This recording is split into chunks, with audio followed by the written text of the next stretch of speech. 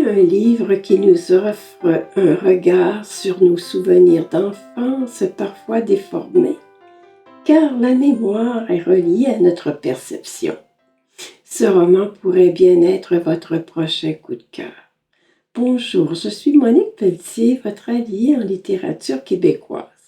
Aujourd'hui, j'aborde avec vous un roman nouvellement sorti, écrit par la beauceronne Françoise Clich. Le titre « J'ai tué le soldat Ryan » paru aux éditions Pleine Lune en 2024. Dans ce bouquin, nous faisons des allers-retours entre deux époques, le 21e siècle et les années bébé-boom. L'essentiel du livre tient à la personnalité de Gabrielle, la narratrice de ce roman. Petite, elle était une enfant énergique, compétitive, rebelle.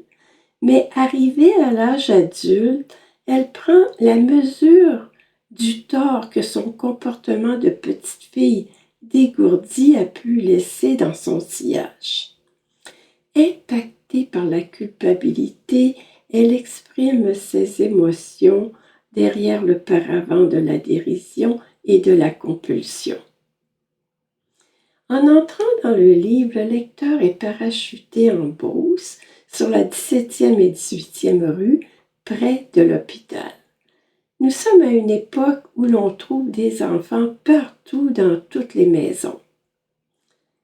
La horde des enfants de la 17e rue où logent petits commerçants, ouvriers, travailleurs de l'hôpital est mise en parallèle avec les enfants de la 18e rue dont les parents sont médecins, pharmaciens, administrateurs de cet hôpital. Presque toute l'action se passe dans les arrière-cours, les abords de forêts, balcons et cabanes, les adultes faisant peu partie de l'équation. Nous sommes au royaume des enfants. Dès sa première année scolaire, Gabrielle fait connaissance avec sa petite voisine, Élodie, qui habite la 18e rue. D'instinct, les deux fillettes se détestent. Gabrielle, en raison de son milieu familial, mais aussi à cause de son besoin incontrôlable de bouger, réalise qu'elle est différente des autres.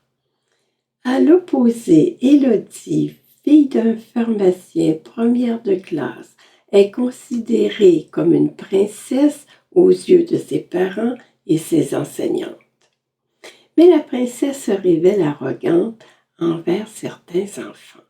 De ce fait, Gabrielle forme une bande avec ses amis pour enquiquiner la demoiselle.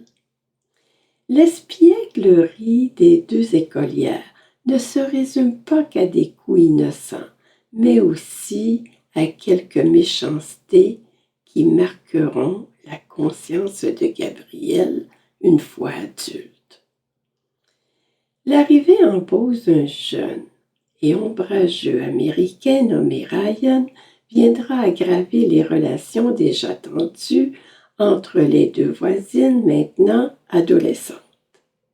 Le but de la démarche de Ryan est de suivre un programme d'immersion en français et c'est ça qui fait l'originalité de ce roman. Avec lui, on tombe dans les craques de l'histoire. Dans les années 60, le Peace Corps, fondé par John Kennedy, avait pour objectif d'envoyer des jeunes gens dans des pays en voie de développement. Ceux qui étaient dirigés vers des pays francophones devaient d'abord, comme tremplin, suivre des cours de français ici au Québec. Mais avant de partir en mission, les jeunes Américains étaient contraints de réussir l'examen final en français, sinon c'était le service militaire et probablement le Vietnam. Revenons à Ryan. Dès le premier regard, Élodie tombe immédiatement sous son charme. Pour Gabrielle, le timing est au rendez-vous. Elle élabore un plan machiavélique en se servant de Ryan à ses propres fins dans le but de prendre sa revanche sur Élodie pour une vacherie qu'elle lui avait faite auparavant. Ce plan se terminera dans un énorme imbroglio. Devenu adulte, Gabrielle se marie avec Joseph, l'archétype du bon père de famille. La jeune femme tourne la page sur son passé d'enfant insupportable. Pour y parvenir, son credo est travail, sport et bénévolat. Tout fonctionne jusqu'au jour où, 50 ans plus tard, elle reçoit une lettre d'Élodie l'accusant d'avoir tué le soldat Ryan.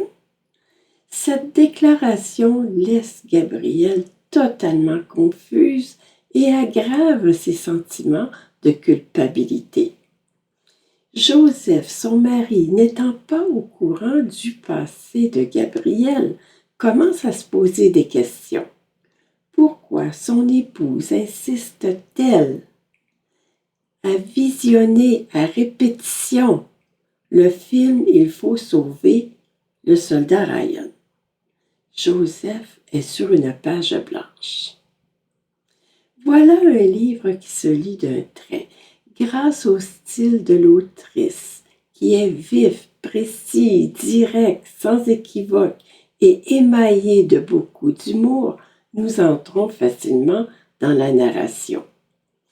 Sous la plume de Françoise Clich, les descriptions sur le non-verbal de ses personnages témoignent de son sens aigu de l'observation. Je pense particulièrement au personnage de Georgia, la réceptionniste du bureau d'accueil. L'emploi de nombreuses hyperboles dans le récit met en relief le malaise et le dilemme de Gabrielle, l'héroïne de ce roman. De plus, Madame Clich maintient l'intérêt du lecteur en mettant au premier plan l'imagination des enfants. Les grenouilles, le lièvre pris en adoption par les enfants, les cailloux en pépites d'or sont d'autant de délices qui font la joie du lecteur.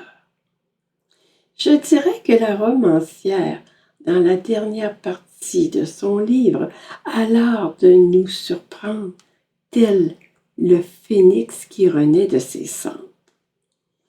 Pour clôturer mon exposé, parlons un peu de la romancière. Elle est née à Saint-Georges-de-Beauce en 1956.